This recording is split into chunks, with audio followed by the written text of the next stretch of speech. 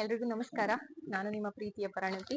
ಹಾಗೆ ಇವತ್ತಿನ ಬ್ಲಾಗ್ ಅಲ್ಲಿ ನಿನ್ನೆ ನೈಟ್ ಅಂತೂ ತುಂಬಾ ಜನ ಕಮೆಂಟ್ ಮಾಡಿದ್ದೀರಾ, ಮೇಡಮ್ ಉಳ್ಕೊಳಕ್ಕೆ ವ್ಯವಸ್ಥೆ ಇದೆಯಾ ಅಂಡ್ ಲಗೇಜು ಸೇಫ್ ಇರುತ್ತಾ, ಅಲ್ಲಿ ಎಲ್ಲಿ ಇಡೋದು ಲಗೇಜ, ನಮಗೆ ಕನ್ನಡನೇ ಬರೋದಿಲ್ಲ, ನಾವು ಕುಂಭಮೇಳಕ್ಕೆ ಬರ್ಬೋದಾ ಅಂಡ್ ಅಲ್ಲಿ ಹೇಗ್ ಮ್ಯಾನೇಜ್ ಮಾಡ್ಬೋದು ಅಂತ ಹೇಳಿದ್ದೀರಾ. ನಿಮ್ಮೆಲ್ಲ ಪ್ರಶ್ನೆಗಳು ಇವತ್ತು ನಾನು ಉತ್ತರ ಕೊಡ್ತಾ ಇದ್ದೀನಿ. ಸ್ವಲ್ಪ ಬಿಸಿಲಿದೆ ಹಂಗಾಗಿ ಕಂಡ್ಬಿಡಕ್ ಆಗ್ತಾ ಇಲ್ಲ. ಇವತ್ತು 2ನೇ ಶಾಹಿ ಸ್ನಾನ ಅಂದ್ರೆ ಪವಿತ್ರ ಸ್ನಾನದ ದಿನ ಇವತ್ತು. ಸ್ವಲ್ಪ ಬಿಸಿಲು ಬರ್ತಾ ಇದೆ, ಮೋಡ ಬರ್ತಾ ಇದೆ, ಬಟ್ ಇವತ್ತು ತುಂಬಾ ಚಳಿ ಇದೆ.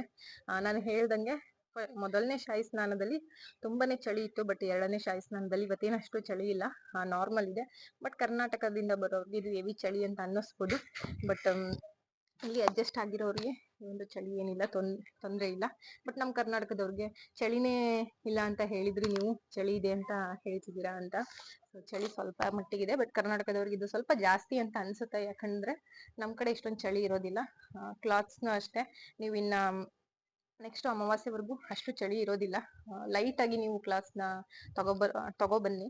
ಅಂಡ್ ಜಾಕೆಟ್, ಸ್ವೆಟರ್ಸು ನೀವೇನು ವೇರ್ ಮಾಡ್ತೀರಾ, ಸೊ ನಿಮ್ಗೆ ಅವಶ್ಯಕತೆ ಇರುವಂತ ವಸ್ತುಗಳನ್ನ ಮಾತ್ರ ನೀವು ತಗೋಬನ್ನಿ ಅಂತ ಹೇಳ್ತಾ, ಹಾಗಿದ್ರೆ ಬನ್ನಿ.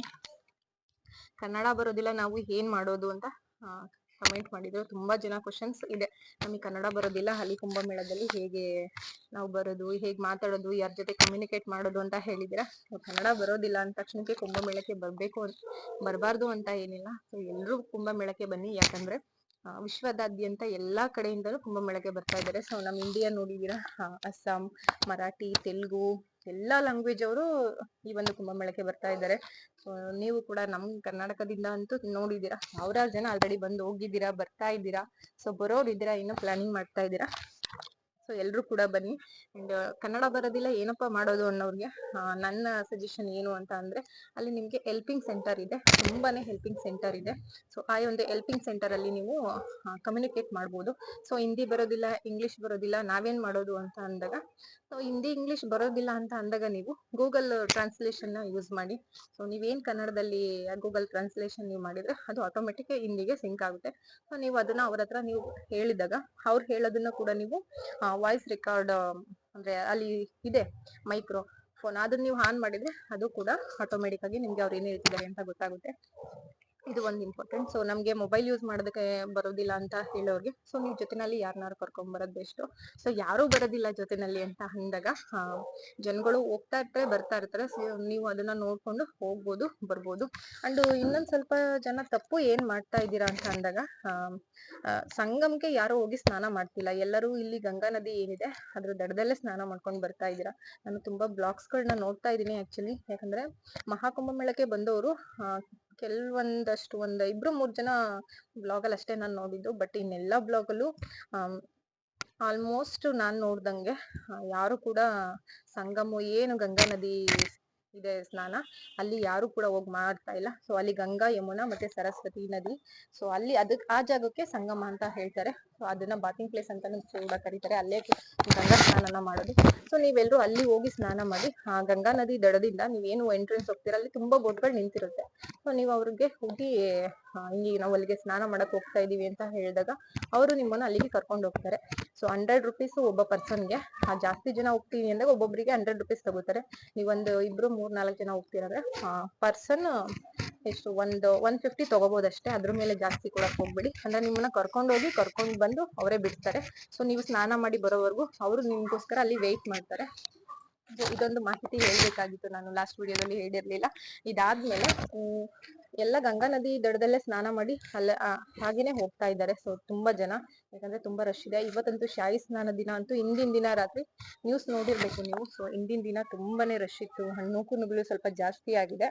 ಸೊ ನಿಮ್ಗೆ ಎಮರ್ಜೆನ್ಸಿ ಬೇಕಂದ್ರೆ ತುಂಬಾನೇ ಫೆಸಿಲಿಟೀಸ್ ಇದೆ. ಎಮರ್ಜೆನ್ಸಿ ಆರೋಗ್ಯ ಸೇವೆ ತುಂಬಾನೇ ಇದೆ. ಆರ್ಮಿ ಕಡೆಯಿಂದ ನಾನ್ ನೋಡ್ದಂಗೆ ಒಂದು ಅಟ್ ಎ ಟೈಮ್ 200 ಪೇಷಂಟ್ಸ್ ನ ಅವರು ನೋಡೋ ಅಂತ ಒಂದು ಫೆಸಿಲಿಟೀಸ್ ಇದೆ. ಅಂಡ್ UP ಗವರ್ನಮೆಂಟ್ ಇಂದ ಇದ್ದು ಎಲ್ಲಾ ಒಂದು ಎಮರ್ಜೆನ್ಸಿ ಕೂಡ ನಿಮ್ಗೆ ಇದೆ. ಆಮೇಲೆ ಇನ್ನೊಂದು ಇಂಪಾರ್ಟೆಂಟ್ ಥಿಂಗ್ ನಾನು ಮರ್ತಿದ್ದೆ, ಆಕ್ಚುಲಿ ಎಲ್ಲಾ ಕಡೆ ನಿಮ್ಗೆ ಫಿಲ್ಟರ್ ನೀರು ವ್ಯವಸ್ಥೆ ಇದೆ, ಕುಡಿಯುವ ನೀರು ಎಲ್ಲಾ ಕಡೆನೂ ಇದೆ, ವಾಶ್ರೂಮ್ ಇದೆ. ಅಂಡ್ ಗಂಗಾ ನದಿ ದಡದಲ್ಲಿ ಸ್ನಾನ ಮಾಡ್ಕೊಂಡು ಹೋಗ್ತಿದ್ದೀರಲ್ಲ, ಸೊ ಅವ್ರಿಗೆ ಅಲ್ಲಿ ಅಷ್ಟು ಡ್ರೆಸ್ ಎಲ್ಲ ಚೇಂಜ್ ಮಾಡೋದಕ್ಕೆ ಅಷ್ಟು ಫೆಸಿಲಿಟೀಸ್ ಇಲ್ಲ. ಬಟ್ ಅಲ್ಲಿ ಏನೋ ಸಂಗಮ ಇದೆ, ಗಂಗಾ ಮತ್ತೆ ಯಮುನಾ ನದಿ ಹರಿಯುವಂತ ಬಾತಿಂಗ್ ಪ್ಲೇಸ್ ಇದೆಯಲ್ಲ, ಸೊ ಬಾತಿಂಗ್ ಪ್ಲೇಸ್ ಅಂತಾರೆ. ಸೊ ಅದನ್ನ ಹಿಂದಿನಲ್ಲಿ ಆಕ್ಚುಲಿ ಮರ್ತಿದೀನಿ ಅದನ್ನ, ಸಂಗಮ್ ಅಂತಾನೆ ಅನ್ನೋದು, ಅದಕ್ಕೆ ಸಂಗಮ ಸ್ನಾನ ಅಂತ ಹೇಳ್ಬಿಟ್ಟು. ಸೊ ಅಲ್ಲಿ ನೀವು ಸ್ನಾನ ಮಾಡಿದ್ರೆ ಅಲ್ಲಿ ನಿಮ್ಗೆ ಎಲ್ಲಾ ಫೆಸಿಲಿಟೀಸ್ ಇದೆ. ನೀವು ನನ್ನ ಮೊದಲನೇ ಶಾಹಿ ಸ್ನಾನ ವಿಡಿಯೋ ನೋಡಿ, ಸೊ ಅದ್ರಲ್ಲಿ ಗೊತ್ತಾಗುತ್ತೆ. ಅಲ್ಲಿ ಡ್ರೆಸ್ ಚೇಂಜಿಂಗ್ ಆಗಿರ್ಬೋದು, ಅಟ್ ಎ ಟೈಮ್ 1 lakh ಗಿಂತ ಜಾಸ್ತಿ ನಿಮ್ಗೆ ವಾಶ್ರೂಮ್ಸ್ ನ ಮಾಡಿದ್ದಾರೆ. ಸೊ ಜಾಸ್ತಿನೂ ಇದೆ. ಲೇಡೀಸ್ ಪರ್ಪಸ್ಗೋಸ್ಕರನೇ ತುಂಬಾನೇ ಚೆನ್ನಾಗಿ ಮಾಡಿದ್ದಾರೆ. ಸೊ ನೀವು ಅಲ್ಲಿ ಹೋಗಿ ಸ್ನಾನ ಮಾಡಿ. ನಿಮ್ಮನ್ನ ಕರ್ಕೊಂಡ್ ಬರೋದಕ್ಕೆ ಜಸ್ಟ್ 150 ಪೇ ಮಾಡಿದ್ರೆ ಸಾಕು, ನಿಮ್ಮನ್ನ ಅಲ್ಲಿ ಕರ್ಕೊಂಡ್ ಬರ್ತಾರೆ. ತುಂಬಾ ರಶ್ ಇತ್ತು ಅಂದಾಗ ನೀವು ದಡದಲ್ಲಿ ಸ್ನಾನ ಮಾಡ್ಕೊಂಡ್ ಬರ್ಬೋದು. ಸೊ ನೀವು ಅಷ್ಟು ದೂರದಿಂದ ಬಂದಿರ್ತೀರಾ ಗಂಗಾ ಸ್ನಾನ ಮಾಡೋದಕ್ಕೆ ಅಲ್ವಾ, ಒಂದ್ 5-6 ಕಿಲೋಮೀಟರ್ ನಡೆದಿರ್ತೀರಾ, ಕೆಲವರು 10-15 ಕಿಲೋಮೀಟರ್ ನಡ್ಕೊಂಡ್ ಬಂದಿರ್ತೀರಾ, ಸುಸ್ತಾಯ್ತು ಅಂತ ಹೇಳ್ಬಿಟ್ಟು ದಡದಲ್ಲೇ ಸ್ನಾನ ಮಾಡ್ಕೊಂಡು ಹಾಗೆ ಹೋಗ್ಬಿಡ್ತೀರಾ. ಆಮೇಲೆ ಇನ್ನೊಂದು ಏನು ಹೇಳೋದು ಅಂತ ಅಂದ್ರೆ, ಸೊ ಎಲ್ಲ ಸ್ನಾನ ಮಾಡ್ಬಿಟ್ಟು ಬಟ್ಟೆಗಳನ್ನ ಅಲ್ಲೇ ಬಿಟ್ಟು ಹೋಗ್ತಾ ಇದ್ದೀರಾ, ನಿಮ್ಮ ಇನ್ನರ್ಸ್ ಗಳನ್ನ. ಸೊ ಇದೊಂದು ಹೇಳಲೇಬೇಕು ಆಕ್ಚುಲಿ. ಸೊ ಆ ರೀತಿ ಯಾರು ಮಾಡ್ಬಿಡಿ, ಯಾಕಂದ್ರೆ ಪವಿತ್ರವಾದ ಗಂಗಾ ನದಿ ಅಶುದ್ಧ ಮಾಡೋದು ಬೇಡ ಅಲ್ವಾ. ಸೊ ನಾವು ಬಟ್ಟೆನ ಚೇಂಜ್ ಮಾಡಿದ್ರೆ ನಮ್ಮ ಕರ್ಮಗಳು ಕಳಿಯುತ್ತೆ ಅನ್ನೋದು ನಮ್ಮ ಮನುಷ್ಯರ ಗುಣ ಇರಬಹುದು. ಬಟ್ ಎಲ್ರು ಅಷ್ಟು ದೂರದಿಂದ ಬರ್ತೀರಾ. ಸೊ ನಿಮ್ಮ ಮನಸ್ಸು ಏನಿರುತ್ತೆ ಅದನ್ನ ಹಗುರ ಮಾಡ್ಕೊಳ್ಳಿ. ನಮ್ಮ ಮನಸ್ಸನ್ನ ನಾವು ಚೇಂಜ್ ಮಾಡ್ಬೇಕು, ಅಥವಾ ಮನಸ್ಸನ್ನ ತೊಳಿಬೇಕೇ ಹೊರತು ಇಲ್ಲಿ ಬಟ್ಟೆನ ಚೇಂಜ್ ಮಾಡೋದು ಏನು ಅಷ್ಟು ಚೆನ್ನಾಗಿರೋದಿಲ್ಲ ನನ್ನ ಪ್ರಕಾರ. ಕ್ಲಾತ್ ನ ಬಿಟ್ಟು ನಾವಿಲ್ಲಿ ಹೋಗಿದ ತಕ್ಷಣ ಸೊ ನಮ್ ಕರ್ಮ ಎಲ್ಲ ನಾವು ಇಲ್ಲೇ ಗಂಗಾ ನದಿಲೇ ಬಿಟ್ಟು ಹೋಗ್ತೀವಿ ಅಂತ ಅನ್ಕೊಳ್ಳೋದು ತಪ್ಪು. ಮನ್ಸಲ್ಲಿ ಯಾವುದೇ ದುಃಖ ಇರ್ಬೋದು, ಅಥವಾ ನಮ್ಮ ಸುಖ ದುಃಖ ಎಲ್ಲದೂ ನಾವು ಸಮಾನವಾಗಿ ತಗೋಬೇಕಲ್ವಾ. ಸೊ ಹಾಗಾಗಿ ಬಟ್ಟೆಗಳನ್ನ ನಾವು ಇಲ್ಲಿ ಬಿಟ್ಟು ಹೋಗಕ್ಕಿಂತ ಮುಂಚೆ ಒಂದು ಸಲ ಯೋಚನೆ ಮಾಡಿ ಅದನ್ನೆಲ್ಲ ನೀಟಾಗಿ ಕವರ್ ಅಲ್ಲಿ ನೀವು ಕಟ್ಟಿ. ಆಮೇಲೆ ಲೇಡೀಸ್ ಬ್ಯಾಂಗಲ್ಸ್ ಮತ್ತೆ ಸ್ಟಿಕ್ಕರ್ ನ ಬಿಟ್ಟು ಹೋಗಿರ್ತೀರಾ. ಸೊ ನೆಕ್ಸ್ಟ್ ಯಾರೋ ಅದನ್ನ ತುಳಿದು ಅವರಿಗೆ ಕಾಲ್ ಗಾಯ ಮಾಡ್ಕೊಂಡು ಸೊ ಇನ್ನೇನೋ ಆಗೋಕ್ಕಿಂತ ಮುಂಚೆ ಒಂದ್ ಸ್ವಲ್ಪ ಯೋಚನೆ ಮಾಡಿ. ಎಲ್ರು ಅದನ್ನ ನೀವು ಬಿಟ್ಟು ಹೋಗ್ಬೇಕು ಅಂತ ಅಂದ್ರೆ ಅದಕ್ಕೆ ಒಂದು ಪ್ರೊಸೀಜರ್ ಇದೆ. ಸೊ ತುಂಬಾ ಡಸ್ಟ್ಬಿನ್ಸ್ ಗಳನ್ನ ಲೈನ್ಗೆ ಇಟ್ಟಿರ್ತಾರೆ. ಸೊ ನೀವು ಒಂದು ಪ್ಲಾಸ್ಟಿಕ್ ಕವರ್ ನಲ್ಲಿ ಅದನ್ನ ಟೈಮ್ ಮಾಡಿ ನಿಮ್ಗೆ ಬಿಟ್ಟು ಹೋಗ್ಬೇಕು ಅಂತ ಮನ್ಸಿದ್ರೆ ಸೊ ನೀವು ಅದು ಡಸ್ಟ್ಬಿನ್ ಅಲ್ಲಿ ಹಾಕ್ಬೋದು. ಇಲ್ಲಿ ಆಲ್ಮೋಸ್ಟ್ ನಾನು ನೋಡ್ದಂಗೆ ನಿಮ್ಮ ಮನ್ಸುಗಳನ್ನ ಚೇಂಜ್ ಮಾಡ್ಕೊಳ್ಳಿ. ಏನು ಅಷ್ಟು ದೂರದಿಂದ ಬಂದಿರ್ತೀರ ಕುಂಭಮೇಳಕ್ಕೆ, ಮನುಷ್ಯ ಇವತ್ತಿದ್ದು ನಾಳೆ ಸಾಯ್ಬೋದು ಅಲ್ವಾ.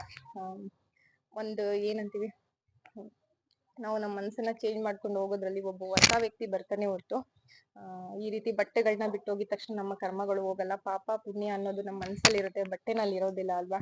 ಇಲ್ಲಿ ಕುಂಭಮೇಳಕ್ಕೆ ಬಂದು ಆಕ್ಚುಲಿ ಒಂದು ಮುತ್ತು ಕೂಡ ಮಣ್ಣಾಗ್ಬೋದು, ಮಣ್ಣು ಕೂಡ ಒಂದು ಮುತ್ತಾಗ್ಬೋದು. ಸೊ ಚೇಂಜ್ ಆಗೋದು ವ್ಯಕ್ತಿಯ ವ್ಯಕ್ತಿತ್ವದಲ್ಲಿರುತ್ತೆ. ಸೊ ಯಾವುದೇ ವ್ಯಕ್ತಿ ಕೂಡ ಅವನ ಮನ್ಸಲ್ಲಿ ಏನಂತ ಅನ್ಕೊಂತಾನೆ ಅದು ಅವನಿಗೆ ಬಿಟ್ಟಿರೋದು. ಈಗ ಮಣ್ಣು ಮುತ್ತಾಗ್ಬೋದು ಹೇಗೆ, ಮುತ್ತು ಮಣ್ಣಾಗ್ಬೋದು ಹೇಗೆ ಅಂದ್ರೆ, ಬಟ್ ನೀವ್ ಹೇಗೆ ಕಲ್ಪನೆ ಮಾಡ್ಕೋತೀರ ಅದು ನಿಮ್ ಮೇಲೆ ಬಿಟ್ಟಿದ್ದು.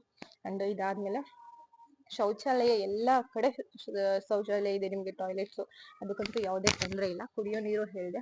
ಸೊ ಅಂಡ್ ಎಮರ್ಜೆನ್ಸಿ, ನಿಮ್ಗೆ ಏನಾದ್ರು ಎಮರ್ಜೆನ್ಸಿ ಇತ್ತು ಅಂತ ಅಂದ್ರೆ ಸೊ ನೀವು ಹಾಸ್ಪಿಟಲ್ ತುಂಬಾನೇ ಇದೆ, ಅಲ್ಲಿ ತುಂಬಾನೇ ನಿಮ್ಗೋಸ್ಕರ ಎಮರ್ಜೆನ್ಸಿ ಮಾಡಿದ್ದಾರೆ.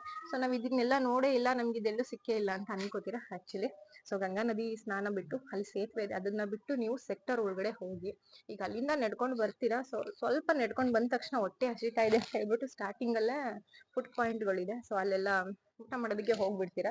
ಸೊ ಹಾಗೆ ಮಾಡ್ಬೇಡಿ. ಅಷ್ಟು ದೂರ ನಡ್ಕೊಂಡ್ ಬಂದಿರ್ತೀರಾ, ಒಳಗಡೆ ಇನ್ನೊಂದ್ 1-2 ಕಿಲೋಮೀಟರ್ ನಡೆಯೋದಕ್ಕೆ ನಿಮ್ಗೇನ್ ಕಷ್ಟ ಆಗಲ್ಲ. ಸೊ ಅಲ್ಲಿಂದ ಬಂದು ಸ್ನಾನ ಮಾಡಿ. ಫಸ್ಟ್ ಸ್ನಾನ ಮಾಡಿ ಸ್ವಿಮ್ ಮಾಡ್ತೀನಿ ಅಂತ ಅನ್ನೋರು, ಈಗ ಸಾಮಾನ್ಯ ಗಂಡ್ಮಕ್ಳೆಲ್ಲ ಸ್ವಿಮ್ ಮಾಡ್ತೀರಾ ಅಲ್ವಾ. ಸೊ ನೀವೆಲ್ಲ ಸಂಗಮ ಸ್ನಾನ ಏನು ಅಲ್ಲಿ ಬಾತಿಂಗ್ ಪ್ಲೇಸ್ ಇದೆ, ಸೊ ಅಲ್ಲಿಗೆ ಹೋಗ್ಬಿಟ್ಟು ನೀವು ಅಲ್ಲಿ ಸ್ವಿಮ್ ಮಾಡಿ. ಅಲ್ಲಿಗೆ ಸ್ವಿಮ್ ಮಾಡೋದಕ್ಕೆ ಅವಕಾಶ ಇದೆ. ಸೊ ಈ ಒಂದು ಸೆಕ್ಷನ್ ಏನು ನದಿಯ ದಡದಲ್ಲಿ ಯಾವುದೇ ರೀತಿ ಸ್ವಿಮ್ ಮಾಡೋದಕ್ಕೆ ಅವಕಾಶ ಇಲ್ಲ. ಬಾತಿಂಗ್ ಸೆಕ್ಷನ್ ಅಲ್ಲಿ ಆದ್ರೆ ನೀವು ಆರಾಮಾಗಿ ಅಲ್ಲಿ ಸ್ವಿಮ್ ಮಾಡ್ಬೋದು. ಸೊ ಅದಕ್ಕೆ ಅಂತಾನೆ ಒಂದು ಸೆಕ್ಯೂರಿಟಿ ಪ್ಲೇಸ್ ಇದೆ. ಸೊ ನೀವು ಅಲ್ಲಿ ಹೋಗಿ ಸ್ವಿಮ್ ಮಾಡಿ. ಅಂಡ್ ಮಕ್ಳು ಕೂಡ ಸೇಫ್ ಇರ್ತಾರೆ. ಸೊ ನೀವು ಮಕ್ಳನ್ನು ಆರಾಮಾಗಿ ಕರ್ಕೊಂಡ್ ಬಂದು ನಿಮ್ ಜೊತೆನಲ್ಲೇ ಸ್ನಾನ ಮಾಡಿಸ್ಕೊಂಡು ಕರ್ಕೊಂಡು ಹೋಗ್ಬೋದು. ಮಕ್ಳಿಗೂ ಕೂಡ ಫೆಸಿಲಿಟೀಸ್ ಇದೆ. ಅಂಡ್ ಏನೇ ಎಮರ್ಜೆನ್ಸಿ ಇದ್ರು ಕೂಡ ನಿಮ್ಗೆ ಹೆಲ್ಪಿಂಗ್ ಸೆಂಟರ್ ನವ್ರು ಇದಾರೆ. ಸೊ ಹೆಲ್ಪಿಂಗ್ ಸೆಂಟರ್ದು ನಿಮ್ಗೆ ಹೆಲ್ಪಿಂಗ್ ತಗೊಳ್ಳಿ. ಸೊ ಕನ್ನಡ ಬರಲ್ಲ ಅಂತ ಅನ್ನೋರು ಒಂದು ಕಮ್ಯುನಿಕೇಟ್ ಮಾಡೋದಕ್ಕೆ ಒಂದು ಗೂಗಲ್ ಟ್ರಾನ್ಸ್ಲೇಷನ್ ಇಟ್ಕೊಳ್ಳಿ, ಅಥವಾ ಹೋಗ್ತಾ ಇರ್ತಾರೆ ಬರ್ತಾ ಇರ್ತಾರೆ. ಅಂಡ್ ಅಲ್ಲಂತೂ ಆರ್ಮಿ ಅಂಡ್ ಪೊಲೀಸು, ಸೊ ನಾನ್ ನೋಡ್ದಂಗೆ ಏನೇ ಗೊತ್ತಿಲ್ಲ ಅಂದ್ರೂ ನೀವು ಅವ್ರನ್ನ ಕೇಳಿ, ಅವ್ರು ತುಂಬಾನೇ ಚೆನ್ನಾಗಿ ನಿಮ್ಗೆ ರೆಸ್ಪಾನ್ಸ್ ಮಾಡ್ತಾರೆ. ಕೆಲವು ಕಡೆ ನಾವೇನೋ ಒಂದ್ ಕೇಳಿರ್ತೀವಿ, ಏನೋ ಒಂಥರ ಅವರು ರೆಸ್ಪಾನ್ಸ್ ಮಾಡ್ತಾರೆ. ಬಟ್ ಇಲ್ಲಿ ನಿಜವಾಗ್ಲೂ ಆಗಿಲ್ಲ. ಎಷ್ಟು ಲಕ್ಷ ಕೋಟಿ ಜನ ಬಂದ್ರು ಕೂಡ ಅಷ್ಟೇ ನೀಟಾಗಿ ರೆಸ್ಪಾನ್ಸ್ ಮಾಡ್ತಾರೆ. ಸೊ ನಿಮ್ಗೆ ಏನ್ ಗೊತ್ತಿಲ್ಲ, ಏನ್ ಗೊತ್ತು, ಅವರು ಆಕ್ಚುಲಿ ಅನೌನ್ಸ್ ಮಾಡ್ತಿರ್ತಾರೆ. ಕೆಲವೊಂದು ಬೋರ್ಡ್ ಇರುತ್ತೆ ಇಂಗ್ಲಿಷ್ ಅಲ್ಲಿ, ಅದನ್ನ ಓದ್ಕೊಳ್ಳಿ, ಯಾವ ಸೆಕ್ಟರ್ಗೆ ಹೋಗ್ಬೇಕು ಅಂತ ಹೇಳ್ಬಿಟ್ಟು. ಊಟದ ಬಗ್ಗೆ ಹೇಳ್ಬೇಕಂದ್ರೆ, ಸೊ ನೀವು ಸೆಕ್ಟರ್ ಒಳಗಡೆ ಹೋಗಿ ಊಟಗಳನ್ನ ಫ್ರೀ ಆಗಿ ನಿಮ್ಗೆ ಕೊಡ್ತಾ ಇರ್ತಾರೆ. ಏನು ಗುರುಜಿಗಳ್ದು ಆಶ್ರಮ ಇದೆ, ಅಂಡ್ ಭಕ್ತಾದಿಗಳ ಕಡೆಯಿಂದ ನಿಮ್ಗೆ ಫ್ರೀ ಊಟ ಸರ್ವಿಸ್ ಇದೆ. ಇಸ್ಕಾನ್ ಟೆಂಪಲ್ ಕೂಡ ಇಂದ ಬರುವಂತ ಭಕ್ತಾದಿಗಳಿಗೆ ಫ್ರೀ ಸರ್ವಿಸ್ ಇದೆ ಊಟ. ಸೊ ಸ್ಟಾರ್ಟಿಂಗ್ ಪಾಯಿಂಟ್ ಅಲ್ಲಿ ಅದು ಇದು ತಿನ್ನೋದಕ್ಕಿಂತ ನೀವು ಪೇ ಮಾಡಿ ಒಳಗಡೆ ಹೋಗಿ ತಿನ್ನಿ. ಸೊ ಅವಶ್ಯಕತೆ ಯಾರು ಪೇ ಮಾಡಿ ತಿಂತೀರಾ ಅಂತೀರಾ ಅವರು ತಿನ್ಬೋದು. ಸೊ ಇದಾದ್ಮೇಲೆ ನಿಮ್ಮ ಲಗೇಜ್ಗೆ ಆಕ್ಚುಲಿ ಸೊ ಇಲ್ಲಿ ಯಾರು ಜವಾಬ್ದಾರರಾಗಿರಲ್ಲ. ಯಾಕಂದ್ರೆ ಲಕ್ಷಾಂತರ ಕೋಟ್ಯಾಂತರ ಜನ ಬರ್ತಾ ಇರ್ತಾರೆ, ಹೋಗ್ತಾ ಇರ್ತಾರೆ. ಸೊ ಏನು ಅಂತೀವಿ, ಒಂದು ಸಾರ್ವಜನಿಕ ಸಮುದಾಯ ಭವನ ಅಂತ ಅಂದಾಗ ಅಲ್ಲಿ ನಿಮ್ಗೆ ಫ್ರೀ ಎಂಟ್ರಿ ಇರುತ್ತೆ. ಸೊ ಮಲ್ಕೊಳ್ಳೋದಕ್ಕೆ ಅಥವಾ ನೀವು ಏನು ಕುತ್ಕೊಳ್ಳೋದಕ್ಕೆ ಅಂತ ಹೇಳ್ಬಿಟ್ಟು ನಿಮ್ಗೆ ಫ್ರೀ ಆಗಿ ಅಲ್ಲಿ ಒಂದು ಸರ್ವಿಸ್ ಕೊಟ್ಟಿರ್ತಾರೆ. ಅಂದ್ರೆ 100 ಜನ ಬರ್ತಾ ಇರ್ತಾರೆ, ಲಕ್ಷಾಂತರ ಜನ ಹೋಗ್ತಾ ಇರ್ತಾರೆ. ಸೊ ನೀವು ಆಗ ಒಡವೆ ಇರ್ಬೋದು ಅಥವಾ ದುಡ್ಡು ಇರ್ಬೋದು, ನಿಮ್ಗೆ ಅವಶ್ಯಕತೆಗೆ ತಕ್ಕಂತೆ ನೀವು ಅಮೌಂಟ್ ನ ತಗೊಬನ್ನಿ. ಸೊ ಒಡವೆ ಎಲ್ಲ ಜಾಸ್ತಿ ಯಾರು ಆಕ್ಚುಲಿ ವೇರ್ ಮಾಡ್ಕೊಂಡು ಬರಬೇಡಿ ಅಂತ ನಾನು ಹೇಳ್ತೀನಿ. ಯಾಕಂದ್ರೆ ತುಂಬಾ ದೂರ ನಡೆಯೋದಿರುತ್ತೆ, ಕ್ಯಾರಿ ಮಾಡೋದಕ್ಕಾಗಲ್ಲ, ಅಥವಾ ಅಷ್ಟು ನೂಕು ನುಗ್ಲೊಳಗಡೆ ಎಲ್ಲಿ ಹೋಗ್ತೀರಾ ಅಥವಾ ಮಿಸ್ಸಿಂಗ್ ಆಯ್ತು, ಸೊ ಇಲ್ಲಿ ಯಾರನ್ನೂ ಹೊಣೆ ಮಾಡ್ಬಿಡಿ. ಸೊ ನಿಮ್ಮ ಲಗೇಜ್ಗೆ ನೀವೇ ಜವಾಬ್ದಾರಿ.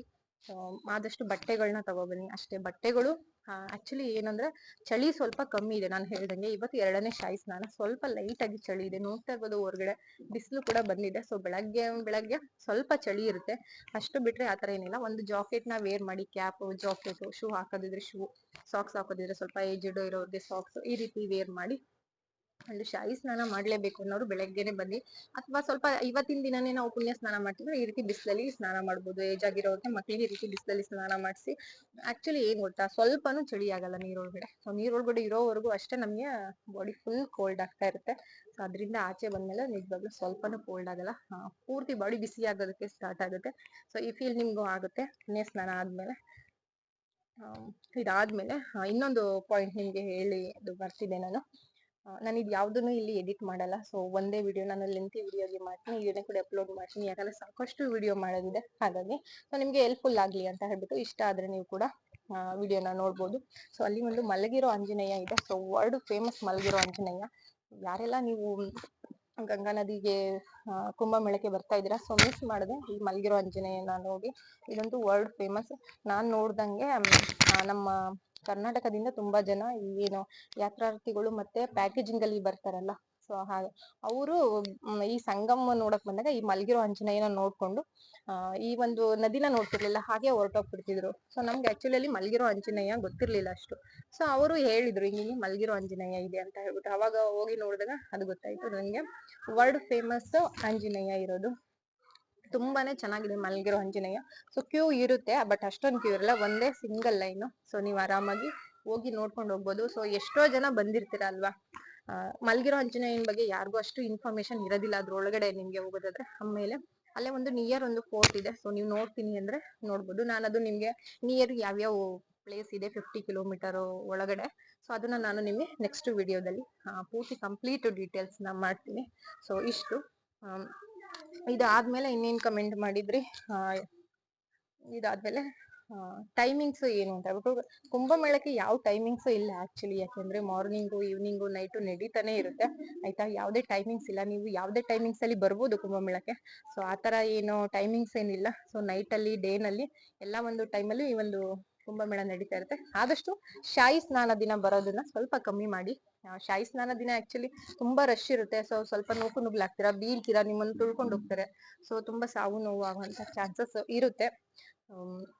ಹಾಗಾಗಿ ಸ್ವಲ್ಪ ಶಾಹಿ ಸ್ನಾನ ದಿನ ಹಿಂದೆ ಮುಂದೆನೂ ಅಷ್ಟೇ, ಶಾಹಿ ಸ್ನಾನದ ಹಿಂದೆ ಮುಂದೆ ತುಂಬಾ ರಶ್ ಇರುತ್ತೆ. ಸೊ ನಾನು ವಿಡಿಯೋನ ಹಾಕ್ತೀನಿ ಎಷ್ಟೋ ರಶ್ ಇರುತ್ತೆ ಅಂತ, ಅಂದ್ರೆ ಮುಂದೆ ಹೋಗೋದಕ್ಕೆ ಬಿಡೋದಿಲ್ಲ. ಅಂಡ್ ನೆನ್ನೆ ವಿಡಿಯೋ ನೋಡಿದ್ದೀರಾ ಆಕ್ಚುಲಿ VIP ಇದನ್ನ ಅಂತ ಹೇಳ್ಬಿಟ್ಟು. VIP ಆಕ್ಚುಲಿ VIP ನಲ್ಲಿ ಬರೋರು ಆ ರೀತಿ ಮಾಡ್ಬಾರ್ದು. ಯಾಕಂದ್ರೆ ನಾರ್ಮಲ್ ಸಾಮಾನ್ಯರಂತೆ ಹೋಗಿ ಸಾಮಾನ್ಯರಂತಾನೆ ಬರ್ಬೇಕು ಎಲ್ರು.